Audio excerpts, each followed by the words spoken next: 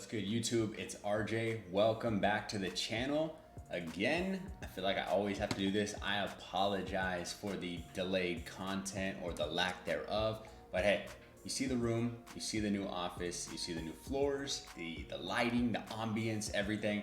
It's just what I'm working on. We got a new camera, Sony a6400 with a Sigma 16mm lens. So for anybody who's curious, that's what I'm rocking. It took me a long time to figure this out. I know a lot of gamers, streamers, Twitch content creators, YouTube content creators. A lot of people use this setup and I highly recommend it. Very plug and play for those of you who lack, I guess, camera, tech, knowledge, and or just don't like fussing with stuff. Very plug and play. I mean, it'll still take you a little bit to set it up, but needless to say, that's what I'm rocking now, and it's working very well. Rocking a Rode mic for audio, Rode Wireless Go for audio, and we're doing all of this through a program called Streamlabs OBS. So that's where I'm at right now with everything. I know I've been talking a lot about it on Twitter and complaining a lot about stuff not working, but this setup seems to be working really well, and hopefully you guys enjoy it, see the quality differences and changes and all of that going into the channel. So without further ado, we are back today with another pair of Adidas. We have the ZX Carbons, which are a 4D runner, loosely based off of an old pair of Adidas, which we'll talk about in just a little bit. But hey, without further ado, I appreciate you guys tuning in, and let's dive into these shoes. All right, as we do always with every pair of shoes we take a look at on this channel, is we take a look at the box first, and you've got your Adidas 4D box right there, size tag right there. You got a little Adidas Originals hit right there, which is kind of dope. Little focus issues, no big deal, but hey, you got the Originals logo right there. You got the size 10. We will talk more in depth about sizing in just a little bit. Obviously, you've got a slide open box. I've already got them out of the box, obviously. That's your box right there, all black 4D box, and we will throw that aside for now. And in all their glory, as always, those are the shoes we're taking a look at today. I thought they were originally called like the 4D Runner or something along those lines, because I know Invincible has done a collab with these, or with this silhouette. I know Daniel Arsham's done a collab. His was super dope, by the way. Dan, you see this?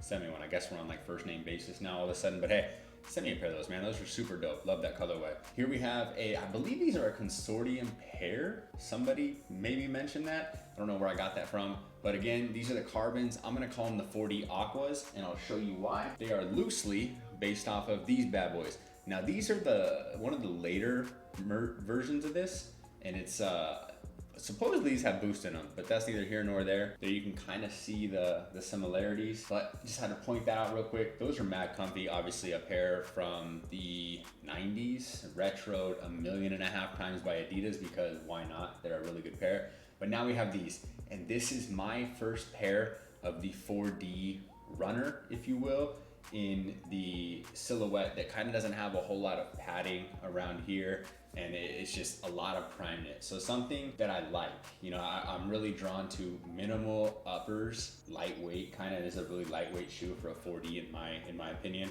and just overall breathability, comfort, all that, very good. So let's dive in. I'll break it down the best I can and give you guys my advice on all the little stuff that you guys like to know about. So here we go. Again, you've got a full prime knit upper, basically in that aqua colorway, and you've got different tones of that aqua all throughout. You've got, you know, darker colors around, then you have the toe box, little lighter hits right there, come up around the lateral portion of the shoe, and we do have that purple stripe right there, as well as the yellow 3 brand stripe Adidas branding, both lateral and medial sides, worth mentioning there. Before we go any further, you've got one pair of laces right here, and they are flat cotton laces. They match this, and it looks like they almost have hits of 3M throughout, so that might be something to note on. I'm not 100% because I haven't shined light on them just yet. And then as you come up on the tongue, no branding on the tongue right there, just your basic tongue. You don't have any branding on that tongue, just the knit right there. And as you can see, those laces that we already touched on. And then a closer look at the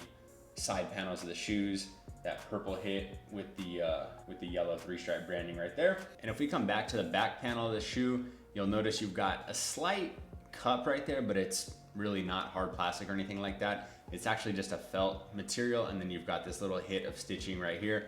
mostly just aesthetic. It's gonna add a little bit of support, stability right there in the back side of the shoe. And just worth mentioning, you do have that both lateral and medial portions of the shoe.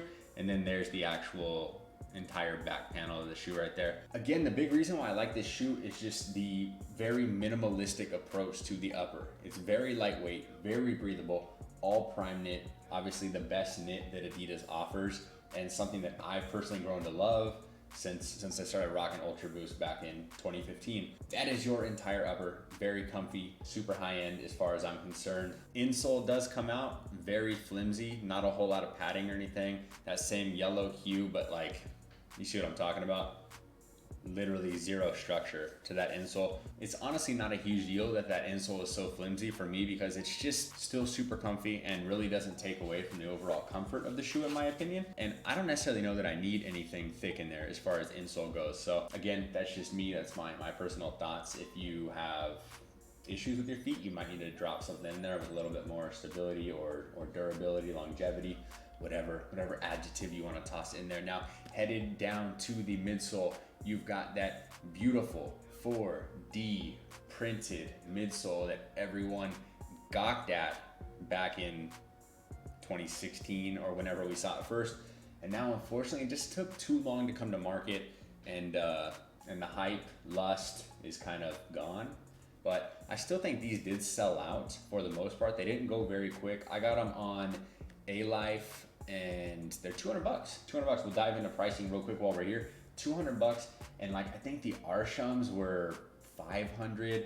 I think the Invincible collab was $400, $450, somewhere around there. So for $200, getting essentially, to the best of my knowledge, the same exact sneaker it's a good move. It's clearly a good sign for us going forward, right? Hopefully they drop more colorways of these, and hopefully they stay in that same price range.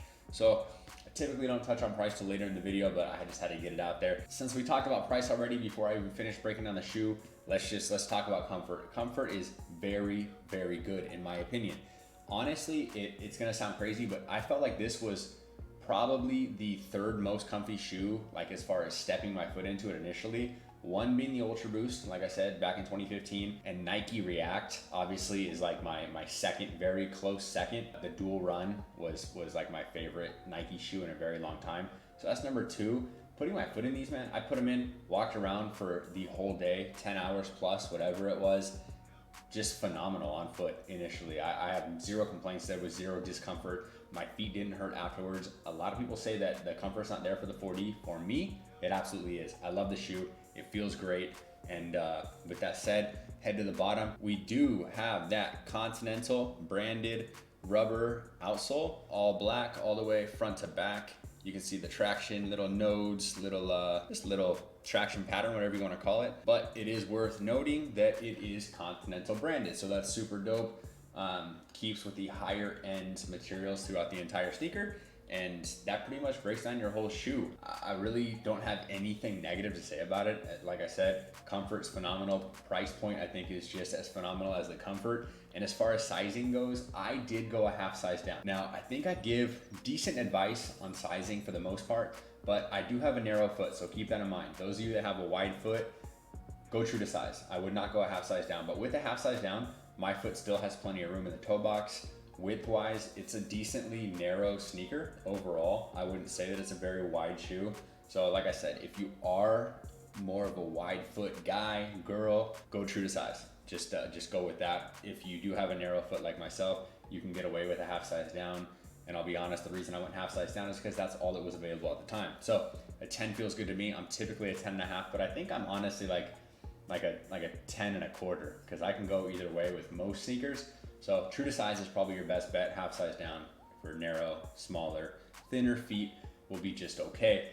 And as always, guys and girls, I will throw these on feet, give you guys a better look at them aesthetically. That's gonna do it for the Adidas ZX Carbon. I call it the runner because I just think it sounds better, 4D runner. And I'm really hoping we see more colorways of these. I hope they keep this same light green shade of the midsole. And I need some full blacks up top. I need some full whites. I need some restocks on the collabs. I need Daniel Arsham to send me a pair of his, because holy hell, those are fresh. You got like the same colorway all throughout, all green, monotone type of deal. And easily one of my most favorite shoes in a long time. Guys, hopefully this is the start of consistency on this channel. I know a lot of people hit me up and they enjoy them and they enjoy the videos, and I appreciate you guys for continuously coming through, showing love. And yeah, so before we throw these on feet, hit that subscribe button, hit the like button, leave a comment down below, just say what's up, anything. I appreciate you guys. Until next time, I am RJ. Peace out.